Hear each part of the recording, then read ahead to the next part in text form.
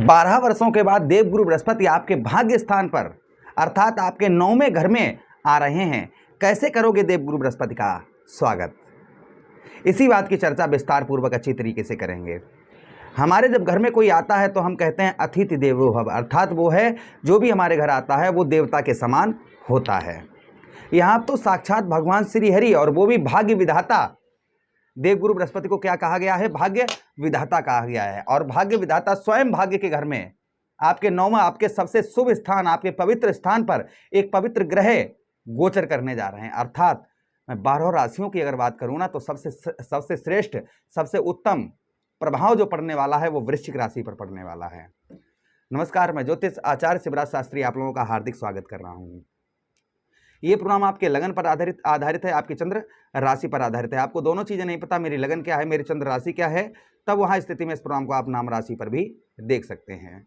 अगर आप अपनी जन्म कुंडली पर परामर्श विश्लेषण विस्तार पूर्वक अच्छी तरीके से अनलिमिटेड समय के साथ में हर जगह आप अपनी कुंडली दिखवा चुके हैं, किंतु अभी तक आपको कोई भी सफलता प्राप्त नहीं हुई है, अभी तक आप कुछ भी नहीं कर पाए हैं, तो आपकी इच्छा है अगर आप हमसे करवाना चाहें तो आप अपनी जन्म कुंडली का परामर्श विश्लेषण हमसे करवा सकते हैं। चलिए प्रोग्राम को प्रारंभ करते हैं और आपको समझाने का प्रयास करते हैं।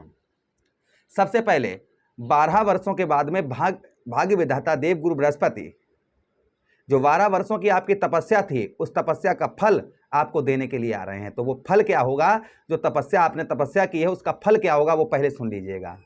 उसके बाद हम चर्चा करेंगे कि कैसे स्वागत करोगे, फिर इस बात की चर्चा करेंगे। चलिए प्रोग्राम को प्रारंभ करते हैं।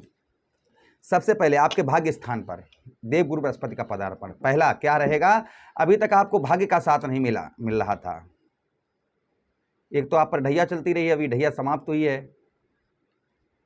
काफी लंबे समय से अर्थात 12 वर्षों से आपको भाग्य का साथ नहीं मिल रहा था। मानो भाग्य आपका यहां पर खड़ा है और आप यहां पर हैं, और जब तक आप भाग्य के पास जाते थे भाग्य आपका आगे बढ़ जाता था, आपको भाग्य का साथ ही नहीं मिल रहा था। तो संभवतः ही मान के चलिएगा आपको भाग्य का साथ पूर्ण तरीके से यानी कि अच्छी तरीके से आपको भाग्य का साथ मिलता हुआ नजर आएगा, जो काफी लंबे समय से नहीं मिल रहा था। उसी के साथ ही साथ भाग्य के साथ ही साथ, और देखिए जब इंसान का भाग्य साथ होता है ना तो एक फोन से ही काम हो जाता है, और जब भाग्य साथ में नहीं होता है तो बार बार हमें एक कोलू की तरह बैल की तरह कोलू में पिरे रहते हैं, आगे ही नहीं बढ़ पाते हैं क्योंकि भाग्य का साथ नहीं। और जब भाग्य का साथ मिलता है तो इंसान आगे बढ़ना शुरू हो जाता है। तो यहाँ पर आप आगे बढ़ते हुए नजर आएंगे। ये प्रभाव देवगुरु बृहस्पति का आपके ऊपर आपको देखने को मिलेगा। अच्छा, उसी के साथ ही साथ आगे हम चर्चा करते हैं देवगुरु बृहस्पति की।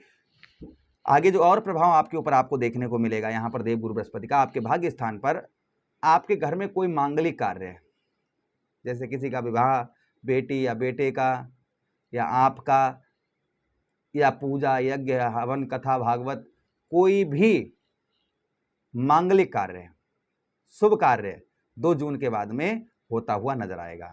ये प्रभाव 1 वर्ष तक रहेगा, 2027 तक। जो आपके घर में काफी लंबे समय से कोई भी मांगलिक कार्य, शुभ कार्य नहीं हो रहा था, तो संभवतः ही आपके घर में शुभ कार्य, मांगलिक कार्य होता हुआ नजर आएगा। ये प्रभाव देवगुरु बृहस्पति का और आपके ऊपर संभवतः ही पड़ता हुआ नजर आएगा।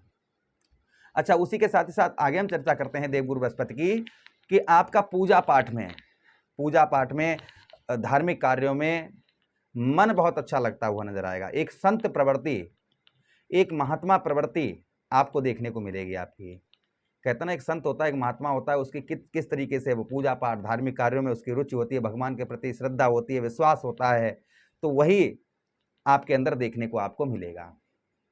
अच्छा, उसी के साथ ही साथ आगे हम चर्चा करते हैं कि यहाँ पर आपके 9वें भाव पर गुरुओं का आपको आशीर्वाद मिलेगा तथा पिता की ओर से भी आपको उत्तम अच्छा आशीर्वाद मिलेगा। जप तप का आपको फल प्राप्त होगा। आप जो जप कर रहे हैं किसी देवी देवता का या किसी ग्रह का, तो जप का फल आपको, आपके तप का फल आपको मिलता हुआ नजर आएगा।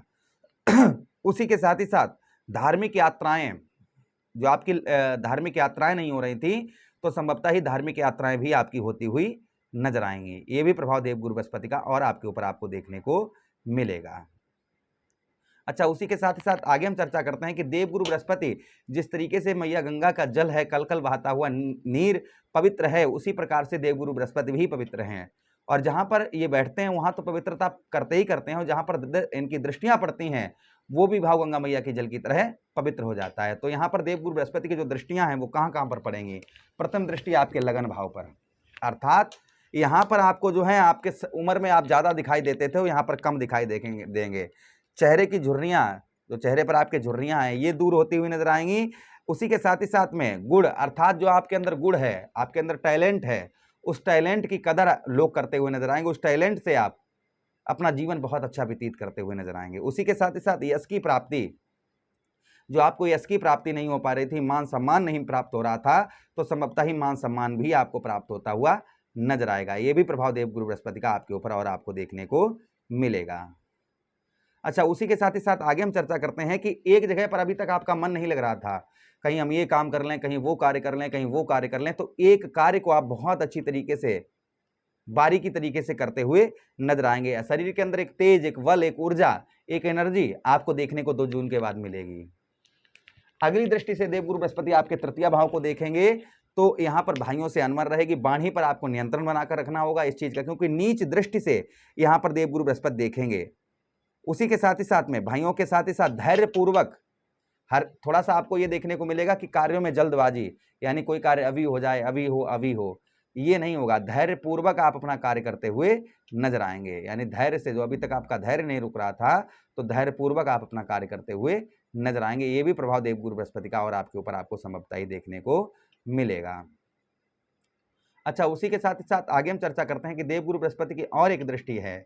कौन सी दृष्टि है? नवम दृष्टि। तो आपके कौन से भाव? पंचम भाव पर।